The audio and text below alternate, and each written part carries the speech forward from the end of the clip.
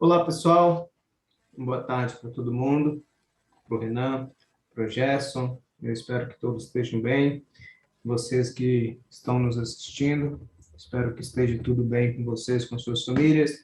Nós estamos aqui para apresentar o trabalho de ética, disciplina, aqui do Seminário Presbiteriano do Sul, ministrada pelo Gerson Leite de Moraes. E o nosso intuito é, aqui hoje, trazer uma apresentação a respeito do 8º mandamento, no livro de John Frame, A Doutrina da Vida Cristã. Então, coube a nós o 8º mandamento, e esse 8º mandamento está dividido em 2 capítulos, 41 e 42.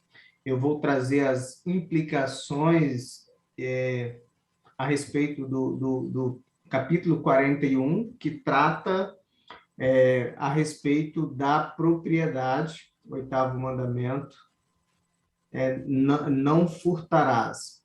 Então, a implicação que o John Frame trabalha no capítulo 41 é a respeito da propriedade privada, e no capítulo 42, o Renan e o Gel trará outras implicações. Então, quando fala de não furtarás, é importante deixar claro que o Frame aqui ele não se preocupa em gastar muito tempo provando que o roubo é algo errado, porque isso já está implícito, isso já está claro que o roubo, o furto é condenado pelas Escrituras. Então, o que ele foca mais é nas implicações do que significa não furtarás, quais as implicações disso para a vida cristã. Então, primeira coisa, ele começa dizendo, né, que embora Jesus ele cita e atualiza alguns mandamentos, por exemplo, ouvistes, não matarás, eu, porém, vos digo, aquele que odiar o seu irmão já cometeu assassinato, não adulterarás, aquele que olhar para uma mulher com desejo impuro em seu coração já cometeu adultério. Ele diz que, embora Jesus não comente a respeito do 8º mandamento, não furtarás, este mandamento ele tem implicações em toda a lei de Deus, em toda a Bíblia e certamente no ministério de Jesus.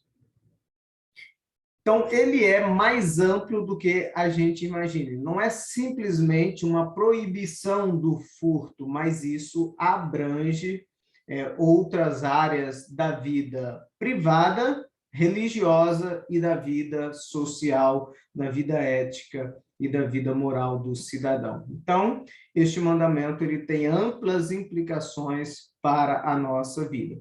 Então, ele começa, então, trazendo ali quais são os deveres exigidos no 8º mandamento, não furtarás. Primeira coisa, ele diz que isso pressupõe fidelidade e justiça no comércio, retribuir os bens a quem roubado, dar ou emprestar a quem necessita, e usar os recursos com moderação e generosidade. E aí ele trabalha isso aqui a partir da Confissão de Fé de Westminster. Ele trabalha também quais são os pecados que são proibidos no 8º mandamento, não furtarás. E aí ele vai trabalhar aqui que, de certa forma, seria negligenciar os deveres. Então, os deveres é aquilo que a gente deve fazer e o pecado proibido é aquilo que a gente faz negando os deveres. Então, quando você cumpre os deveres, você não estaria pecando, mas quando você peca, você não está cumprindo aquilo que o 8º mandamento, não furtarás, exige. Então, esses pecados seriam o furto, o roubo, a recepção de coisas furtadas, de coisas roubadas, o tráfico fraudulento, pesos e medidas diferentes ou falsas, a remoção de marcos privados, marcos de terra, de lote, por mais que a gente não se atente, mas isso é algo comum. Há muitas confusões, onde a pessoa vai lá, demarca o seu lote e, de repente, alguém está entrando meio metro no seu lote, está entrando 1 metro no lote, na sua terra. Então, é um pressuposto do 8º mandamento, não furtarás, que é errado, ele condena a remoção de marcos, ou seja, de limite territorial, de marcação de propriedade. Ele também condena a injustiça, a infidelidade nos contratos, a opressão, a extorsão, a acumular produtos para enriquecer, ou acumular produtos para que o preço desse produto suba.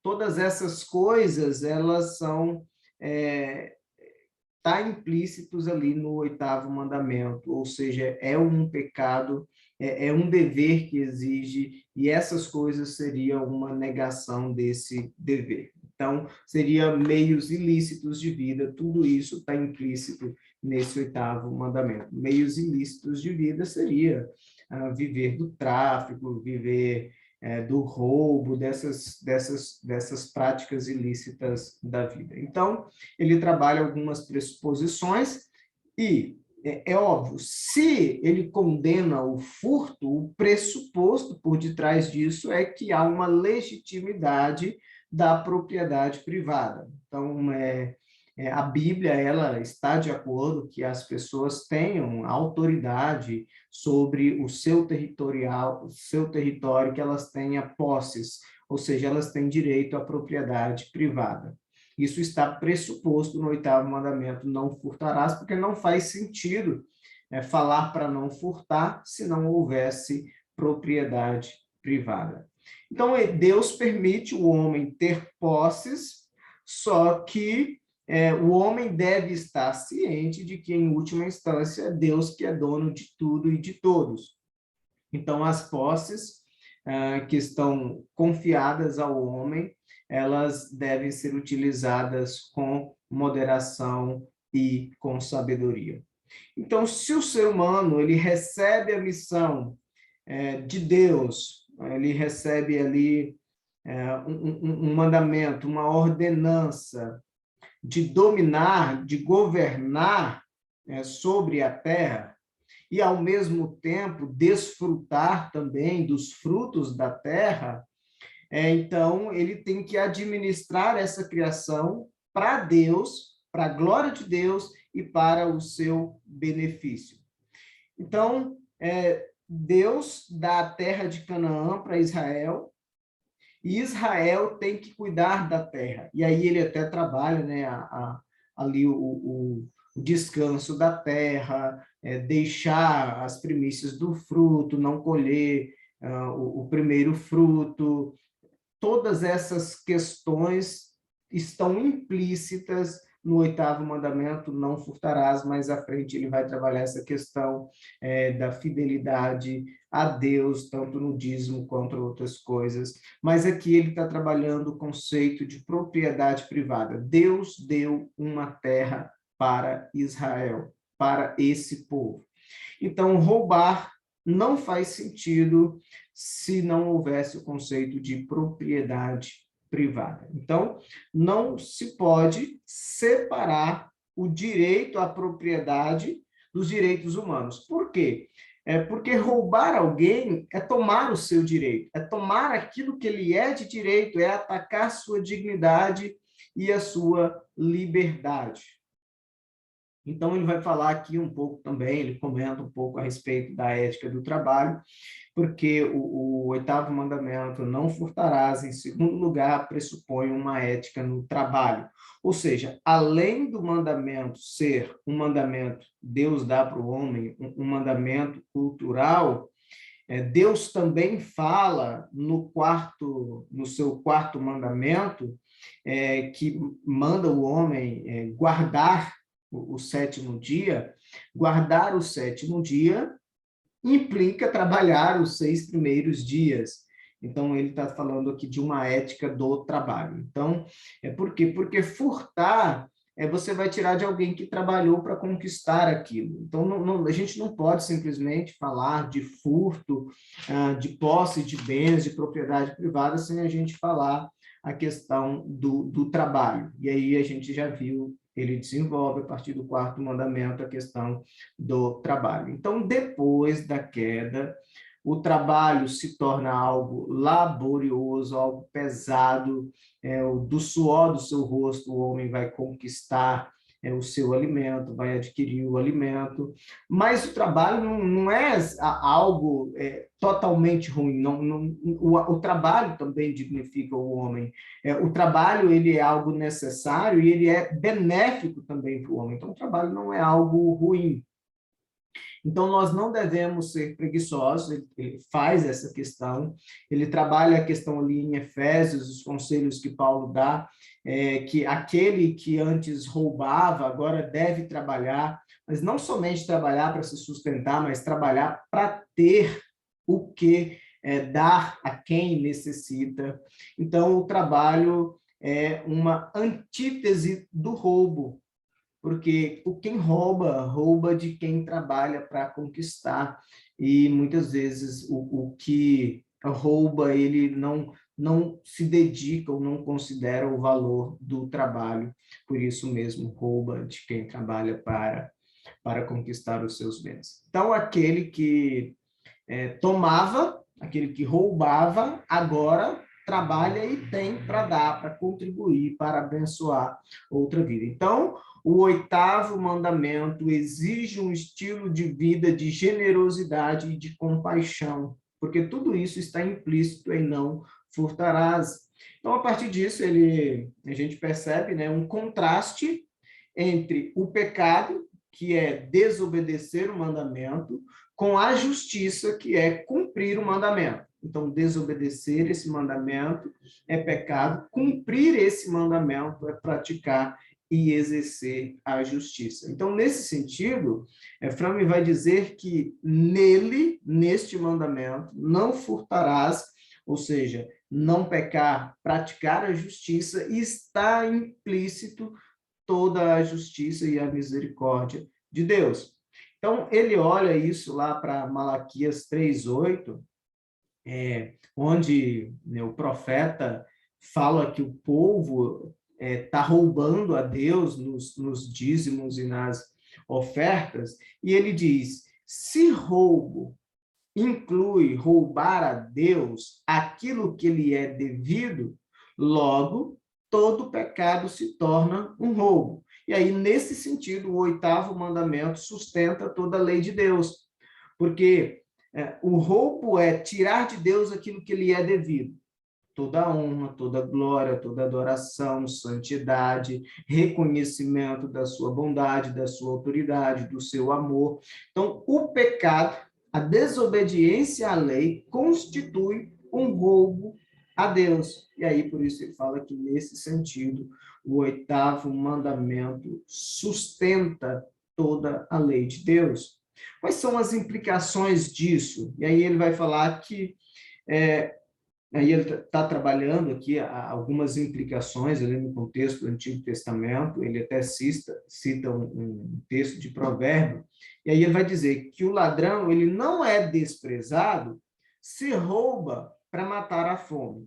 Contudo, este ladrão que está roubando para matar a fome, se ele for pego, ele tem que pagar 7 vezes mais aquilo que ele roubou, mesmo que isso custe os bens da sua casa. Então, ele está falando assim, olha, porque tem dois aspectos, e isso aqui é fundamental, né? A gente vê a contribuição cristã na formulação de constituições e de leis éticas, né, aí no mundo, mas aqui está implícito duas coisas, que o roubo ele gera um desprezo, né? O ladrão ele é desprezado, mas se esse ladrão ele está roubando para comer, então não tem esse desprezo.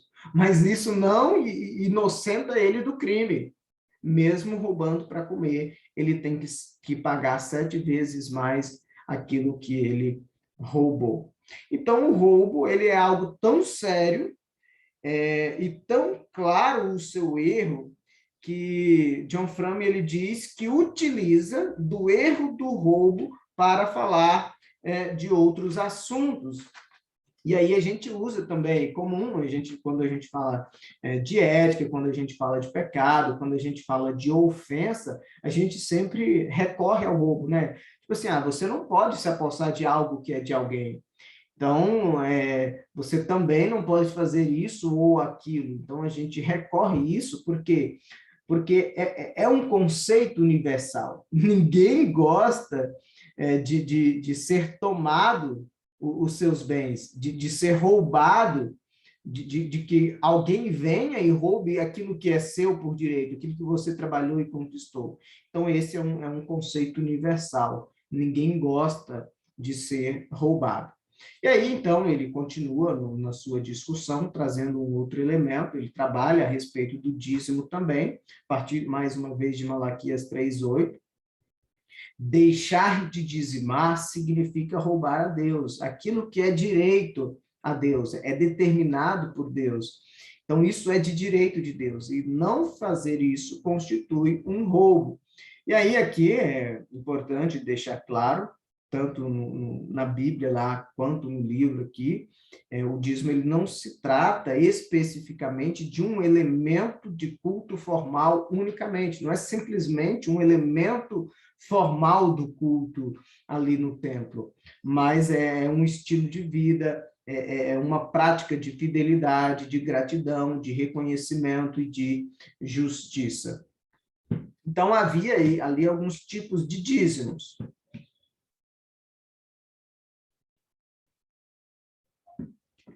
Havia o dízimo para o sacerdote, havia o dízimo do pobre e havia o dízimo de júbilo a cada 7 anos. Então, não é somente um tipo de dízimo, mas havia ali, no mínimo, 3 tipos de dízimo. E se a gente somar o percentual disso aí, vai dar em torno de 15% a 18% da renda do trabalhador israelita ali naquele período. Então, ele vai trabalhar esse conceito, traz para o período do Novo Testamento, e ele diz que, embora o Novo Testamento não exige explicitamente o dízimo,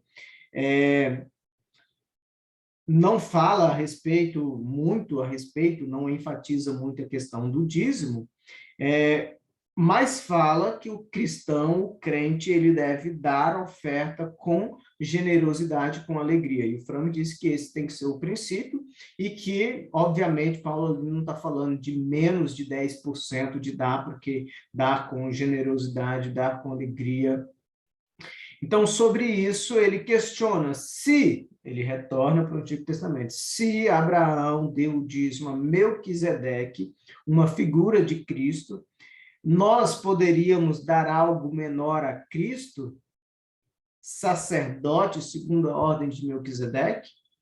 E aí ele vai dizer, ele traz uma ilustração lá assim, geralmente alguém que é crente, ele chega para a igreja e ele pergunta qual que é o valor que eu devo dar de dízimo, quanto é que eu devo? E aí, muitas vezes a gente esquece de dizer assim, olha, assim, o que Deus pode exigir de nós, assim, é tudo dele. Pode exigir a nossa vida, os nossos bens, tudo, a nossa saúde, a gente pode ser um mártir. Deixar isso claro para o crente, mas também deixar claro, a sua contribuição com a igreja, levando em conta os princípios Antigo e Novo Testamento, ele então estipula o valor de 10%, que é o que geralmente as igrejas seguem. Ele também, além de dízimo, trabalha o conceito, a implicação do 8º mandamento, não furtarás, em se tratando de impostos.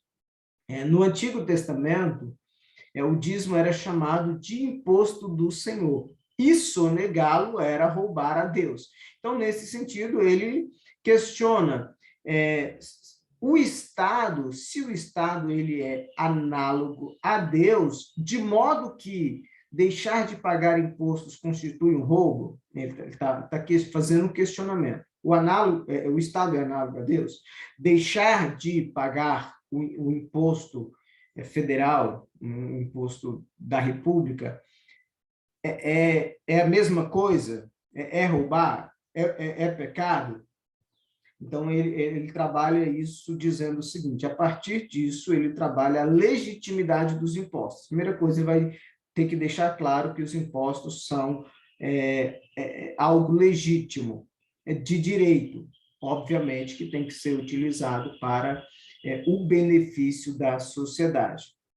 O que nós precisamos entender, e que ele deixa claro, é que a Bíblia ela condena taxas excessivas de impostos, mas ela não condena a prática do imposto. Tanto é que quando Deus, através de Samuel, ele vai dar ali as prescrições e os direitos do rei, ali tem vários itens ali dele exigir e cobrar taxas da população.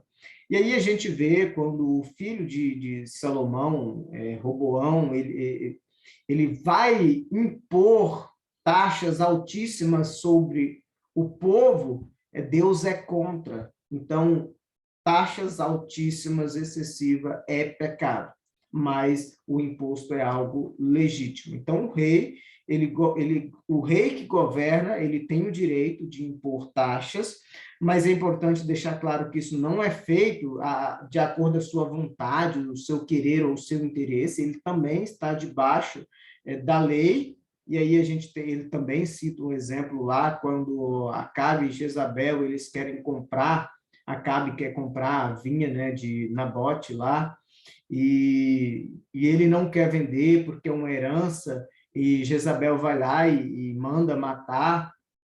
Então, e aí Deus também condena essa atitude. Então, nesse sentido, o rei ele não está acima da lei, ele não faz a lei, ele não tem direito de tomar as posses. O princípio de propriedade privada se mantém, é estabelecido também, mas ele tem o direito de estabelecer taxas de impostos. Importante, ele cita também Jesus, né? Jesus ensinou os seus discípulos a pagarem impostos a César. Então, a aplicação que ele faz a partir disso é que a Bíblia ela não estipula um percentual do imposto federal, do imposto, digamos assim, do governo, da nação, mas eu concordo com ele que o imposto ele deveria ser menor do que o valor do dízimo.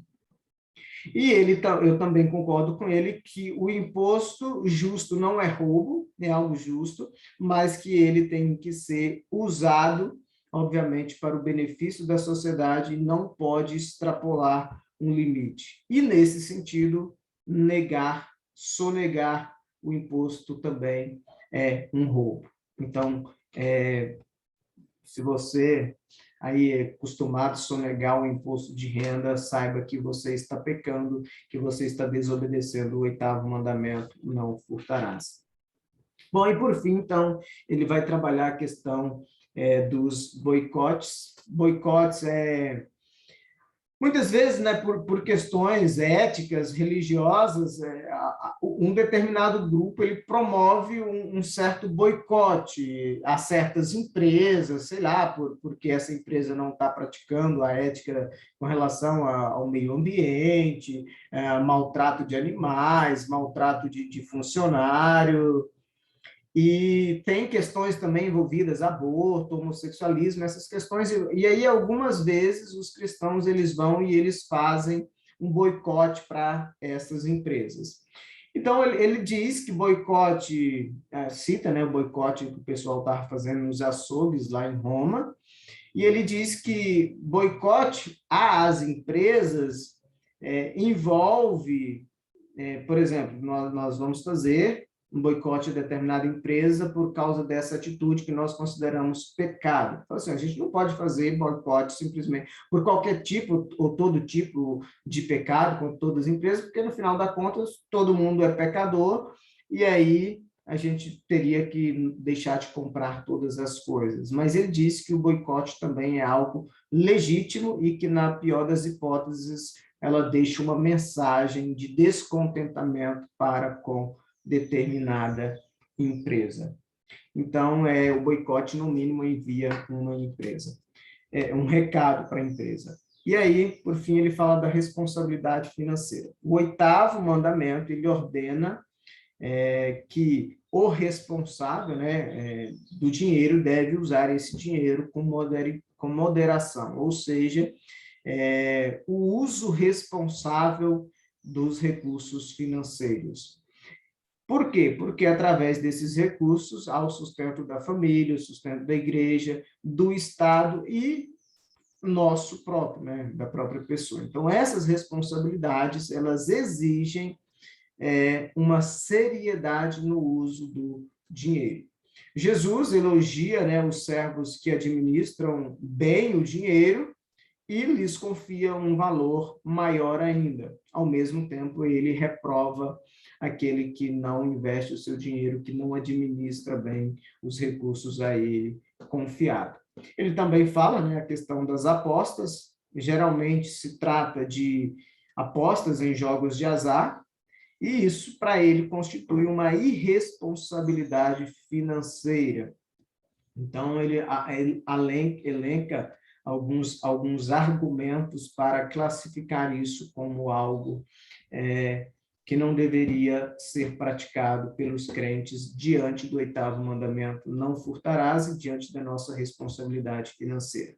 Em primeiro lugar, pode constituir uma adoração ao destino ou à sorte, é algo viciante, é praticado muitas vezes devido à cobiça, e é uma perda de tempo, perda de dinheiro, e geralmente, mesmo em países onde é legalizada, ela acaba caindo sob o controle debaixo do crime organizado. Então, o jogo promete riqueza fácil, quando, na verdade, deixa o pobre mais pobre ainda. Então, ele faz essa crítica, mas ele também diz que o cristão sábio, ele não é pecado jogar. Se ele não está fazendo isso ali, seja por vício, se ele não está fazendo por cobiça, se ele não está confiando aquilo, depositando sua confiança, seja no destino, seja na sorte, ele diz que não constitui pecado. E aí ele ilustra, né, isso muito bem, dizendo que é parecido com a questão do álcool. Não constitui um pecado, mas deve ser feito com muita moderação. Então, assim, né, ele trabalha esses aspectos no capítulo 41, e agora, iniciando e partindo para o capítulo 42, o Gel vai trazer algumas outras informações.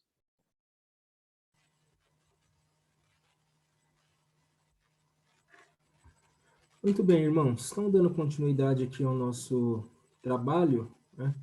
O capítulo 42, ele vai trabalhar a questão da riqueza e também a questão da pobreza. Então, ele coloca que, de modo geral, né, a Bíblia ele não trata a riqueza como algo ruim, né? Aliás, a riqueza é uma bênção, né, dada pelo próprio Deus. E aí ele vai trabalhar essa ideia. E quando nós olhamos para a Escritura, a gente encontra também homens que eram ricos, né? Por exemplo, aí ele cita o exemplo de Abraão, né, e de Jó. Homens que eram extremamente ricos e que amavam a Deus e não as riquezas. Então, o problema em si não está na riqueza, né? Mas onde é que está aí o seu coração? Esse que é o X da questão. Aí Paulo vai exortar Timóteo falando sobre o risco, né? Sobre o perigo das riquezas, e ele vai dizer assim em 1 Timóteo, capítulo 6, versículo 17. Exorta aos ricos do presente século, que não sejam orgulhosos, nem depositem a sua esperança na instabilidade da riqueza, mas em Deus, que tudo nos proporciona ricamente para nosso aprazimento. Então, fica claro aqui, né, e tantos outros textos que a gente poderia citar, ele também cita outros textos, que o problema em si não é a riqueza, mas é o nosso coração, né? Não podemos confiar nos nossos recursos e nos esquecer de Deus, né?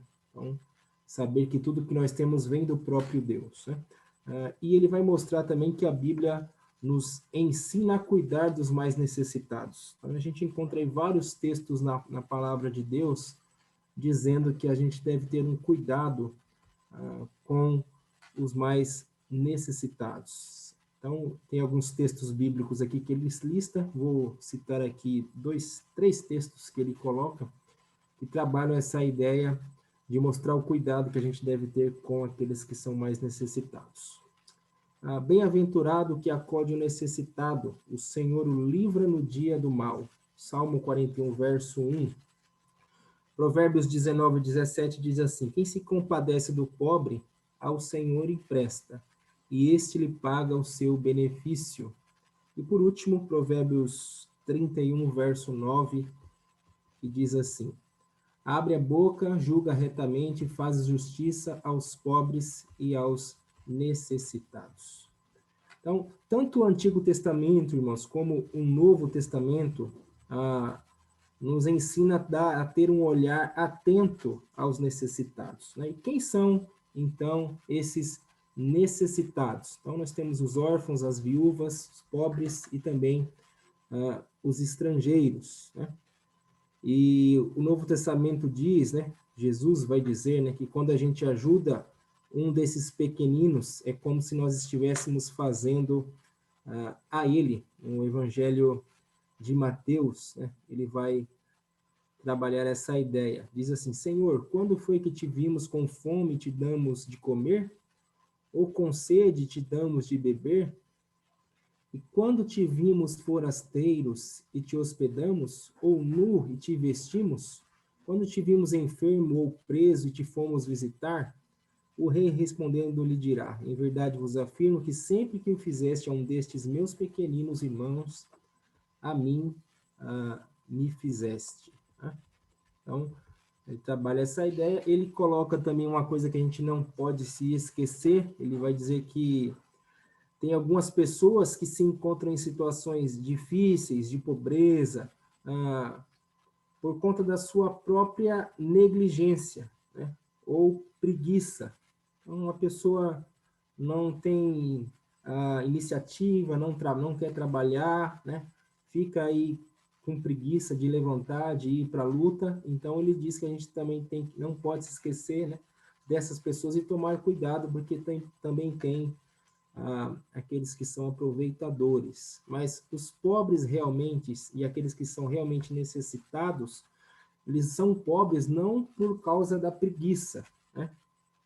Ou por causa de negligência. Não, mas são pobres e necessitados por causa da opressão daqueles que detêm o poder, né? Os mais poderosos acabam oprimindo essas pessoas e por causa disso essas pessoas se encontram aí nessa situação de pobreza, né? E aí a igreja precisa ter um olhar atento para essas pessoas. E em Israel tinham algumas instituições que foram instituídas pelo próprio Deus para que tivesse esse cuidado especial com os pobres, com aqueles mais necessitados. E ele vai listar aqui algumas dessas instituições, e a primeira que ele coloca é a família. A primeira instituição como meio de cuidado que ele coloca aqui para com as pessoas é a própria família. Então, os pais, eles cuidam dos filhos, né? Posteriormente, os filhos serão aqueles que irão cuidar dos seus pais na velhice, né? Estarão provendo tudo aquilo que seus pais necessitam, né? Essa é a ideia do Salmo 127. Feliz o homem que enche a sua aljava, né? Porque não será envergonhado quando pleitear a porta com seus inimigos. Então, porque os filhos seriam aqueles que iriam proteger, né, os seus pais. Então, a família é o primeiro. Depois ele coloca a libertação no 7º ano. Então, no ano sabático, né, as dívidas eram canceladas, de modo que todos tinham uma nova oportunidade, um recomeço, né? E aí, Deuteronômio 15, de 1 a 3, diz assim: a fim de cada 7 anos, né, farás remissão. Este, pois, é o modo da remissão. todo credor que emprestou ao seu próximo alguma coisa, remitirá o que havia emprestado. Não exigirá do seu próximo ou do seu irmão, pois a remissão do Senhor é proclamada.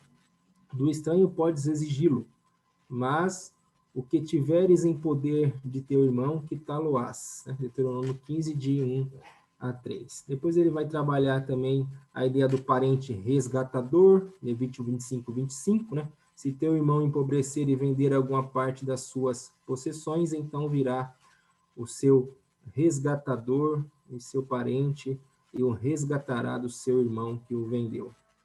Ele coloca também a questão do dízimo, né? O nosso irmão Leandro já falou também da importância do dízimo e tal, e ele coloca que uma parte do dízimo era destinada para quê? Ou grande parte, né, dos dízimos era destinadas para atender os mais pobres, né, os necessitados. E depois ele também trabalha a ideia da respiga, isso. Em Levítico 19, 10 e 23 e 22. A lei exigia uma limitação na colheita por amor aos pobres. Então, os proprietários não devem fazer a colheita de suas safras até o limite do campo, mas devem deixar, né, um pouco para os pobres colherem para si. Né? O Leandro também fala um pouco sobre isso. E aí ele vai trabalhar também, vai mostrar também a penalogia. O que é isso? É quando as pessoas em Israel eram incapazes de pagar suas obrigações financeiras. Então, em geral, eram vendidas num tipo de escravidão. Então, eles eram escravos, né, durante um tempo, para que isso servisse para eles como um tipo de aprendizado, né, onde os ofensores, né, por um período que não podia passar aí de 6 anos, né, esse tempo dessa escravidão, para que eles aprendessem aí hábitos de disciplina e modos de ganhar a vida, né? E também a ética do trabalho. Ele vai dizer, se alguém não quer trabalhar, também não coma, né? 2 Tessalonicenses 3:10. Quando uma sociedade enfatiza esse princípio, isso motiva as pessoas a assumirem a responsabilidade pela sua situação, né? Então, a pessoa precisa se movimentar, né? Então, se você quer se alimentar, ter com que se sustentar, você precisa se mover, né? Você precisa correr atrás, né? E não ficar na preguiça, né? E não negligenciar o trabalho, né? Porque você é responsável pela sua situação financeira.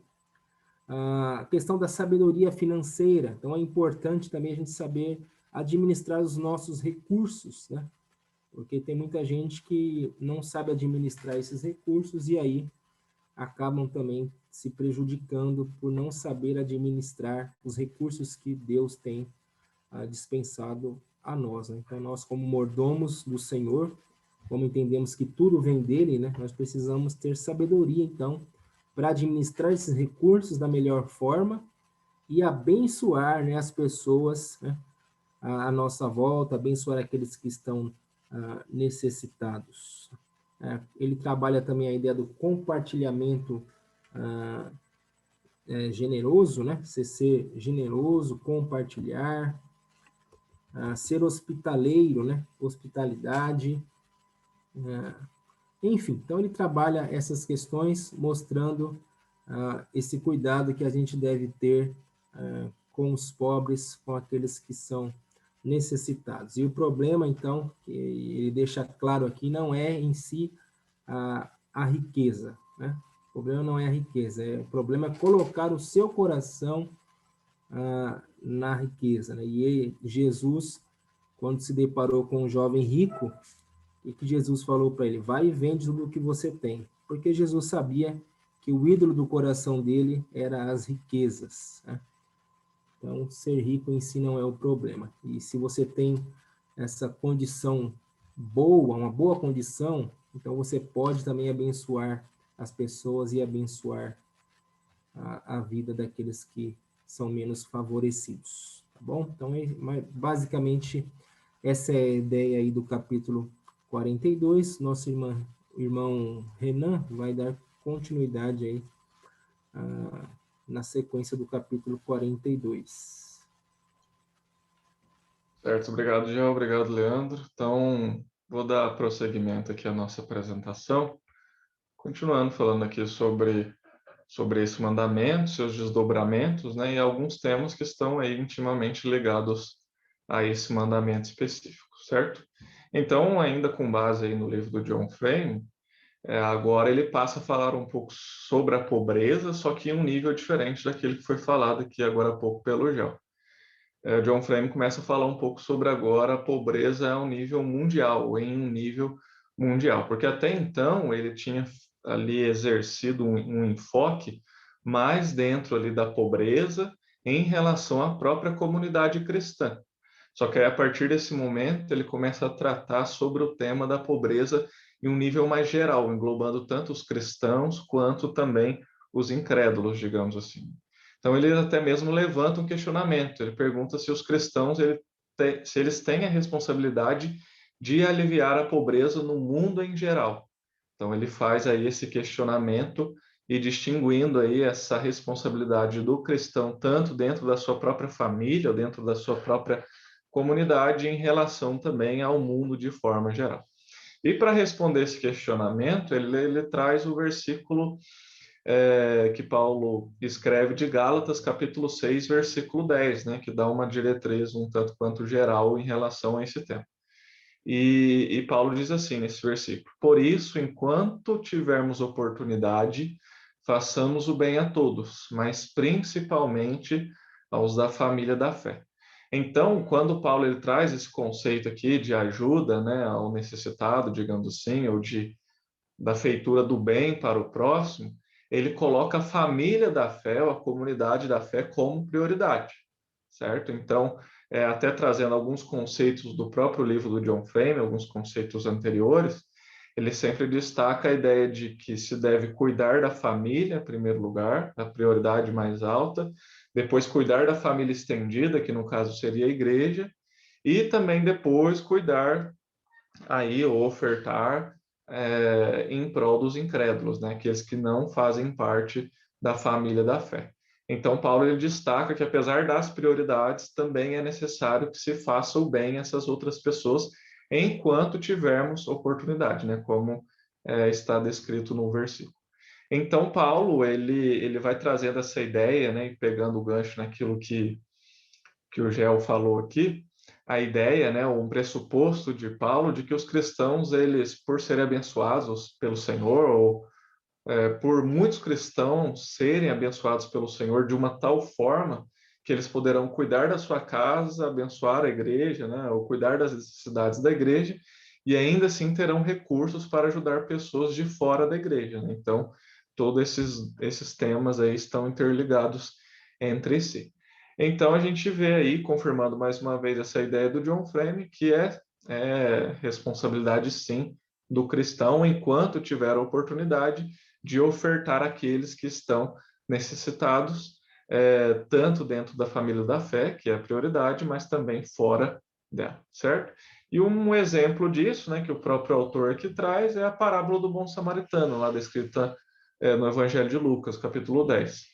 Nessa passagem, né, ou nessa parábola, a gente tem um tipo de oportunidade onde a pessoa ajudou o seu próximo, né? Então, o samaritano, ele encontra ali o homem que foi deixado ali naquele estado de semi-morto ali pelos salteadores, e ele cuida da vítima, né? Ele faz o bem ali ao seu próximo, ele faz aquilo que ele pôde em relação ao seu próximo, certo? Então, é um exemplo aí que o John Frame levanta aqui. E diante disso, ele afirma mais uma vez que os cristãos, eles devem, sim, aí buscar ajudar qualquer pessoa que esteja necessitada, certo?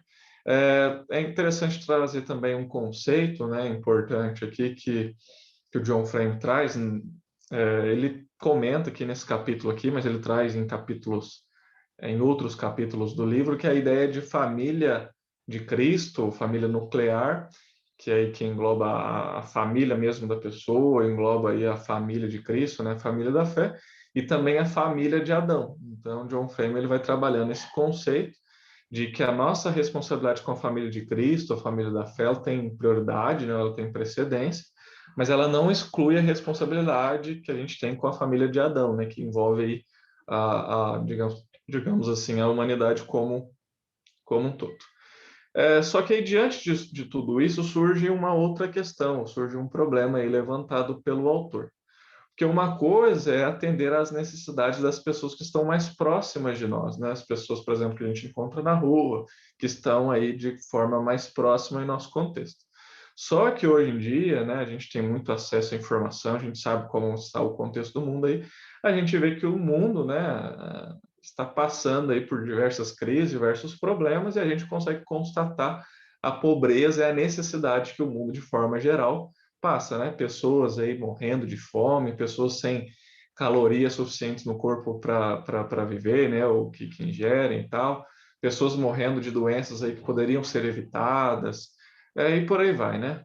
Pessoas em situações muito drásticas e complicadas, né? Então surge uma questão, né? Que é a questão, por exemplo, de se eliminar a fome, ou o que a igreja pode fazer em relação a esse problema que se encontra a nível mundial, a um nível mundial, certo? Só que eliminar a pobreza mundial, né, segundo aqui o John Frame, pode parecer, de certa forma, que é impossível, né? Tanto assim pela comunidade da fé, ou família da fé, e principalmente de forma individual, né? Cada crente eliminar, digamos assim, totalmente a pobreza no mundo, a fome no mundo, a doença no mundo e tudo mais.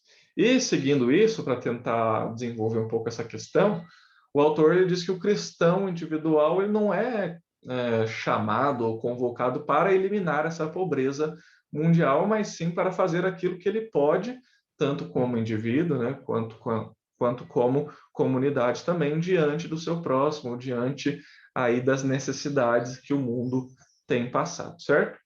E antes de desenvolver mais essa ideia do papel do cristão em relação ao próximo, não em relação à pobreza, o John Frame ele fala um pouquinho agora sobre as razões da pobreza no mundo, né? Ou pelo menos ele tenta aqui desenvolver um pouco sobre quais são as possíveis razões, né, do mundo se encontrar dessa forma aí, ou da pobreza em um contexto mundial. E o primeiro deles, ou a primeira delas, né, a primeira das razões, seria a distribuição desigual de recursos naturais. Então, ele destaca aqui que uma das possíveis causas da pobreza do mundo seria a distribuição desigual de recursos naturais. Porém, na sua própria fala, ele mostra e ele desenvolve aqui também a ideia de que esse argumento, essa razão, ainda que tenha ali as suas propriedades, digamos assim, elas não são suficientes ali como causa para a pobreza no mundo, né? Então, assim, a gente pode perceber, né, é evidente que os recursos, né, eles acabam sendo divididos de modo desigual. Todavia, a gente vê e encontra em países aí com poucos recursos naturais, digamos assim, entre os países, as nações mais ricas, né? A gente tem o Japão como exemplo, Taiwan, a Alemanha, que, por exemplo, compram ali ou importam praticamente todo o petróleo usado ali, e ainda assim são países ricos. Então, é um argumento que é um tanto quanto insuficiente para demonstrar qual realmente a causa total aí da pobreza. Temos também a densidade populacional como outro argumento, ou uma outra razão. Todavia, essa é uma razão também insuficiente, né? Segundo as próprias palavras aqui do John Frame, porque o crescimento populacional, né, geralmente aí é citado em relação ao aumento da pobreza também, nem sempre acontece, né? A gente vê também, inclusive no Japão, vê também nos Estados Unidos, e também tem a questão de que as pessoas pensam que às vezes o aumento da população diz respeito ao aumento do consumo e o aumento da pobreza, mas nem sempre é assim, porque também pode gerar essa densidade populacional, esse aumento populacional, pode gerar um aumento da produção, né? O que seria ali um aumento de produção de riquezas, digamos assim, que consequentemente faria com que o país se tornasse um país mais rico. Temos também um outro argumento que seria a falha ética e religiosa, onde algumas pessoas colocam a causa da pobreza, em partes, lógico, em relação às próprias falhas dentro da ética e dentro da religião e principalmente aquilo que está relacionado ao trabalho, a um contexto de que onde as pessoas devem trabalhar simplesmente por aquilo que elas precisam, aquilo que elas necessitam, né? Até o Max Weber discorre um pouco sobre isso lá no livro da Ética Protestante, O Espírito do Capitalismo, que é a ideia de que era muito presente, aí, digamos, no catolicismo, essa ideia do catolicismo de trabalhar somente para conquistar aquilo que você necessita, né? E que seria o oposto ali do espírito capitalista ou do capitalismo mesmo, certo? Então, eles colocam essa ideia dentro aí da falha ética, ou essa razão dentro da falha ética, ou dentro da falha religiosa, só que também se constitui uma razão insuficiente por conta do ensino bíblico, do ensino ético também sobre o trabalho, sobre aquilo até mesmo que o Gel ali falou, né, de trabalhar ali para o seu sustento, para cumprir a sua necessidade e por aí vai. Então a gente tem esse argumento aqui, porque até nas palavras do John Frame ele fala assim: parece-me que nas partes mais pobres do mundo as pessoas trabalham duro de fato, ou pelo menos estão dispostas a trabalhar duro quando recebem oportunidade para isso. Então ele vai destacando aqui que apesar desse contexto histórico, dessas raízes históricas, aí, inclusive dentro da religião e dentro da ética, a pobreza ela não pode ser justificada por isso, porque em lugares pobres aí tem gente disposta a trabalhar, de gente que está trabalhando duro e às vezes trabalha muito, muito, muito e ainda assim não consegue ali aumentar suas riquezas, né, ou comprar aquilo que é necessário para a sua sobrevivência, mas por conta ali do contexto de forma geral. E temos também a questão do consumo, né, uma razão aí que é levantada por John Frame, o consumo das nações ricas, onde algumas pessoas falam que porque as nações ricas consomem muito, isso consequentemente leva com que as nações pobres fiquem mais pobres, porque lá as coisas ficariam mais caras, só que isso é algo que não há como supor, né, ou não há como provar de maneira mais assídua ali que a riqueza numa parte do mundo vai criar pobreza em outro lugar. Então é difícil de sustentar esse argumento também, que não completa totalmente aí a justificativa da pobreza do mundo. E temos também a questão da má administração. Então, como uma razão para a pobreza mundial, né, a nível mundial, a má administração, o má governo. E é claro que o mau governo ele contribui sim para a pobreza, né, no seu país específico, né? E esse mau governo inclui fraude, corrupção, roubo, totalitarismo, autoritarismo. John Frame fala de outras coisas também, socialismo, outras ideologias. Todavia, apesar disso, não é também algo que explica ou que justifica totalmente, digamos assim, a pobreza a nível mundial. Então, na opinião do John Frame, não há uma resposta rápida ou fácil aos problemas da pobreza mundial. Talvez seria necessário, né, até através da fala dele aqui, de se aprofundar nesses tópicos aí, ou nessas razões que foram levantadas, para ver, assim, de forma mais detalhada e específica esses fatores, né, que talvez juntos, né, interligados ali, possam responder mais completamente esse problema envolvendo a pobreza, certo? Mas ele levanta isso aí para que haja aí, de certa forma, uma base em relação aos problemas da pobreza a nível mundial. Mas aí a gente volta à pergunta mais inicial, né? O que o cristão, então, pode fazer, já que ele não tem, digamos, esse chamado responsabilidade para acabar com a pobreza a nível mundial, acabar com a fome e tal, o que o cristão pode fazer?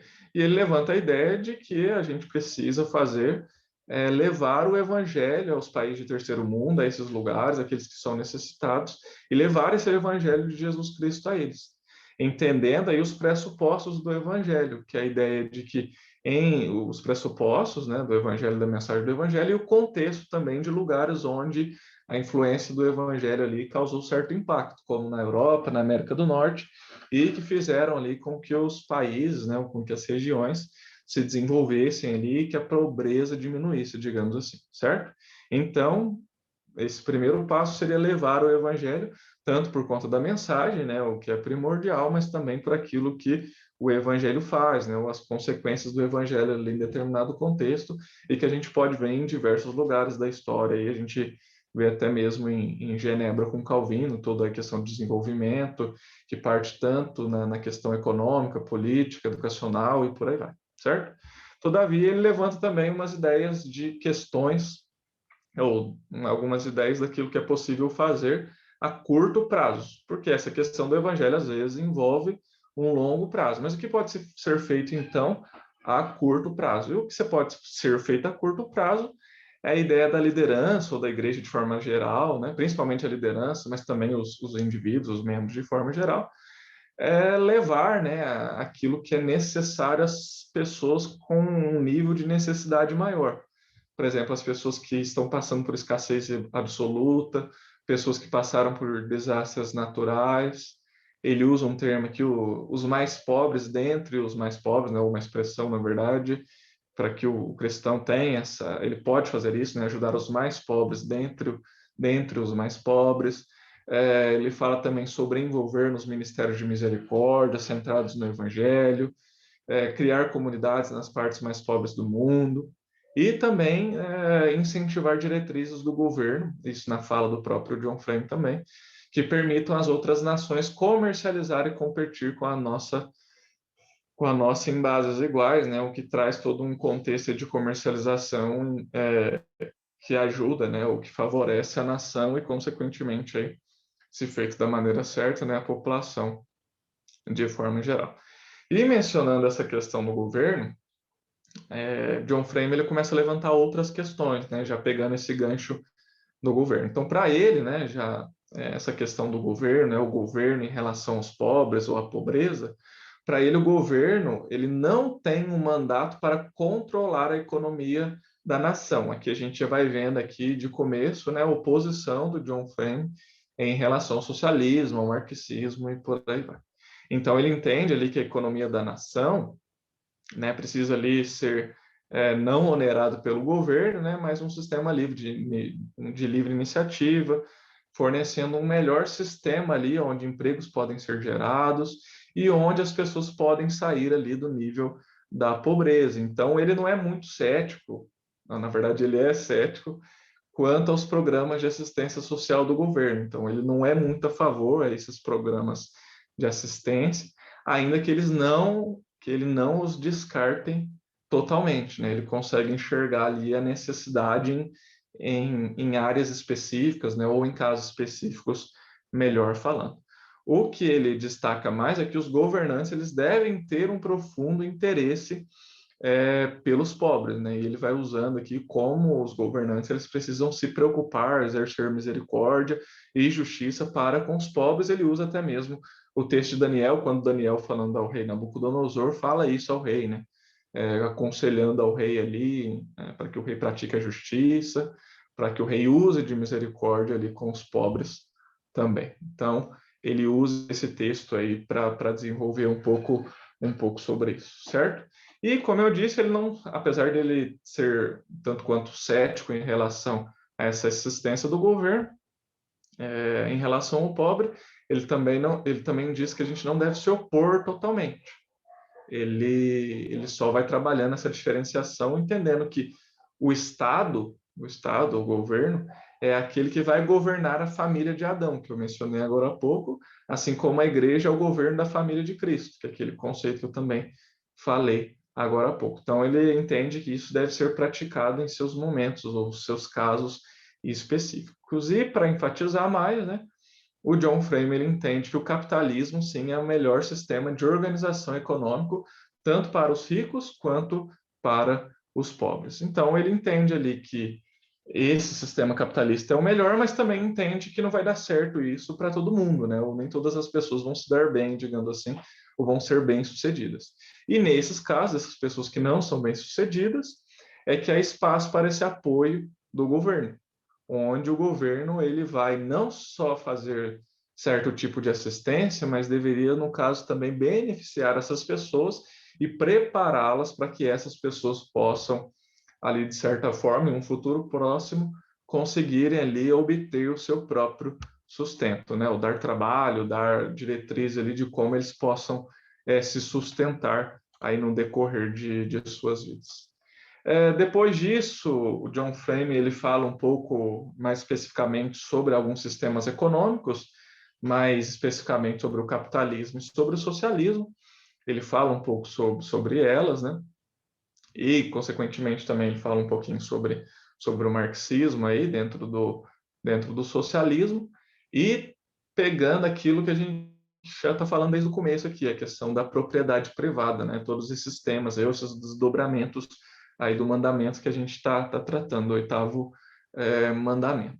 Então, para ele, né, analisando os sistemas econômicos, o marxismo, a ideologia do marxismo, né, tratando inicialmente, argumenta que a propriedade pertence à nação como um todo. Então, por conta disso, né, eu resumindo aqui agora, o Estado seria como aquele que tem o direito de controlar os meios de produção, os produtos, a riqueza, controlar a economia e substituindo a Deus como proprietário e controlador final do mundo. Então, ele encaixa essa visão aí como uma visão antibíblica, né, e uma visão idólatra, digamos assim. Então, ele vai destacando aqui ainda mais a sua contrariedade aqui em relação ao marxismo, ao socialismo. Ele usa alguns exemplos aqui de alguns países e tudo mais, e destaca também que as economias capitalistas no Ocidente têm sido mais eficientes no quesito de aliviar a pobreza das pessoas, né? Embora essa tarefa aí, ou essa questão tenha sido ainda executada e está longe de ser concluída, certo? Então, ele vai trazendo essa ideia aí, ele mostra também como, por exemplo, o socialismo, o marxismo, ou, sei lá, qualquer pessoa fala que o capitalismo, não acusa o capitalismo de ser egoísta, digamos assim, certo? Então, nessa ideia de que o capitalismo é egoísta, a ideia ali é de que o John Frame ele vai apresentando assim, não, realmente o capitalismo tem ali suas facetas, né, suas características, ou seus momentos, enfim, egoístas. Todavia, existe também um argumento moral a favor do capitalismo, que seria um argumento altruísta, certo? Então, no socialismo, tem toda a ideia ali de um sistema mais político, e no capitalismo um sistema mais empresarial. Então, eles acabam falando assim, opa, não, o capitalismo, então, consequentemente, ele é mais egoísta, mas não, tanto o sistema capitalista que é egoísta em partes, mas o sistema socialista também é egoísta em partes. Todavia, a gente vê que no capitalismo também há uma parte altruísta, né? Um desejo ali de que, né, nessa pegada mais empresarial, digamos assim, que essa ideia ela visa com mais facilidade aquilo que é a necessidade do outro, diferente do socialismo ou diferente do governo, né, analisando isso. Espero que esteja dando para entender essa parte aqui, que para mim foi um pouco mais complexa. Mas a ideia dele é que os empreendedores individuais são mais capazes de determinar as necessidades materiais dos seus concidadãos do que planejadores econômicos do governo, lembrando que o governo seria esse sistema socialista, ou, né, a ideia marxista, e do governo totalitário, né, ou do governo que engloba ali a economia, né, que está à frente da economia dessa forma, e ele mostra que o sistema capitalista é mais suficiente para suprir os bens necessários aí das pessoas e dos pobres e por aí vai. A Bíblia em si ela não trata diretamente sobre um sistema econômico correto, mas ela vai dando algumas diretrizes também, né? Afirmando que a questão da propriedade privada e o princípio que a gente deve ter em relação à nossa família, em relação às nossas posses, em relação ao dinheiro, em relação às necessidades e por aí vai. Então a Bíblia ela vai dando diretrizes aí e que leva até o John Frame que a olhar, né, e a levantar questões até mesmo em relação ao voto, né, em relação a quem ele vota nas eleições, né? Então ele fala que ele tende a votar em candidatos conservadores, porque ele entende que esses candidatos eles tendem a ter mais respeito ali pelo cristianismo do que os liberais, digamos assim, e ele entende ali que essa seria a melhor alternativa também para os pobres ou para o problema da pobreza, no caso. E ele vai trazendo esse conceito, vai trabalhando esse conceito, e ele diz que é possível, sim, a gente equiparar a escritura a algum programa político, né, e com base nas diretrizes, nos ensinamentos da escritura, a gente tomar posições, inclusive em relação ao voto, né? E ele fala assim que quando os cristãos forem determinar em quem votar, a questão da pobreza deve ser uma das questões centrais aí que vão guiar o voto da pessoa. E por último, já encerrando aqui, o John Frame ele fala um pouquinho sobre o sem-teto, né? Porque há muitas grandes questões individuais, né, sobre esse tema da pobreza, né, que envolve diversas áreas, só que ele vai separar esse problema do sem-teto, né, essa questão do sem-teto. Porque, segundo ele, se viver sem moradia, viver sem teto, é a pobreza no seu pior aspecto. Então, ele entende que os cristãos eles precisam observar isso, observar essa questão aí dos sem-tetos. Então, os cristãos precisam se importar que há pessoas aí no mundo, ao seu redor, pessoas que não têm aquilo que é essencial à vida, né? Inclusive, no caso, a moradia. Todavia, tem pessoas, né, que estão sem moradias e os motivos são diversos, que fazem com que elas se encontrem nessa condição. Algumas são, por exemplo, sem teto por escolha, no sentido de que, por exemplo, ele cita aqui um caso de um universitário que creio que para economizar e tudo mais, começou a morar no seu carro para economizar ali, fazer medicina e tal, para conseguir ali depois viver da melhor forma possível ali em relação aos seus estudos. Tem aqueles também que são sem teto por conta de uma escolha também, mas por motivos não tão admiráveis assim ou nobres assim, segundo a palavra do próprio John Frame. São pessoas que, por exemplo, que racionalmente preferem, né, ou eles só têm até casa, têm família, têm de certa forma condição de ter um teto, mas por motivos diversos, entre, por exemplo, as drogas, né, eles acabam decidindo ali ficar fora de casa e em uma situação dessa. Temos também aquela que envolve a política do governo, né? Pessoas ali sem moradia por conta da política do governo, de um mau governo, então é algo a se destacar também. E temos a questão da pobreza, né? Gente que está sem moradia ali porque é pobre, né? E nesse caso, né, a igreja deveria agir, né? Pelo menos aqui, ainda que nos outros casos ela possa agir também, mas há um destaque nesse aqui, no sentido de que a pessoa, ou cristão, ela precisa agir em prol desse necessitado, né? Ajudando nas necessidades, ajudando ali na questão de emprego, na capacitação, na evangelização e por aí vai. Então, a igreja ela pode sim realizar esse tipo de ministério, ainda que às vezes é necessário que envolva outros esforços, né, fora da esfera eclesiástica também. E por último, a gente tem aqueles que vivem nas ruas porque são mentalmente doentes, algo que é bem preocupante, na verdade, algo que deveria ser pensado aí de maneira bem específica, né, porque existem pessoas morando na rua, talvez com condições, talvez com possibilidades físicas, né, ou de família, né, condições mais materiais assim, mas acaba que por problemas aí na mente, né, doença da mente que pode envolver diversas coisas, acabam se entregando, digamos assim, às ruas, a essa vida aí de forma a não ter aquilo que é necessário, aí a necessidade básica para a vida.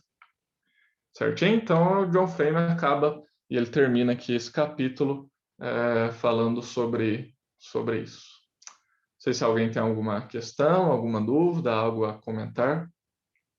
Só dizer que na parte que eu li, que nos coube aí, ele trabalha muito bem, né? Excelentes argumentos. Sim, com certeza. Tava pensando aqui, né? O quanto é vasto, né? Ele mesmo cita lá que é um mandamento curto, né? Mas o quanto a gente pode trabalhar esse mandamento, né? Tantos desdobramentos, tantos temas ligados, é muito interessante e muito esclarecedor ali. Muito aplicativo e útil, né, para a igreja. Bom, isso aí, pessoal. Espero que tenham gostado e aprendido. Renan, Gerson, obrigado, um abraço. Vou estar encerrando aqui, então, a nossa gravação.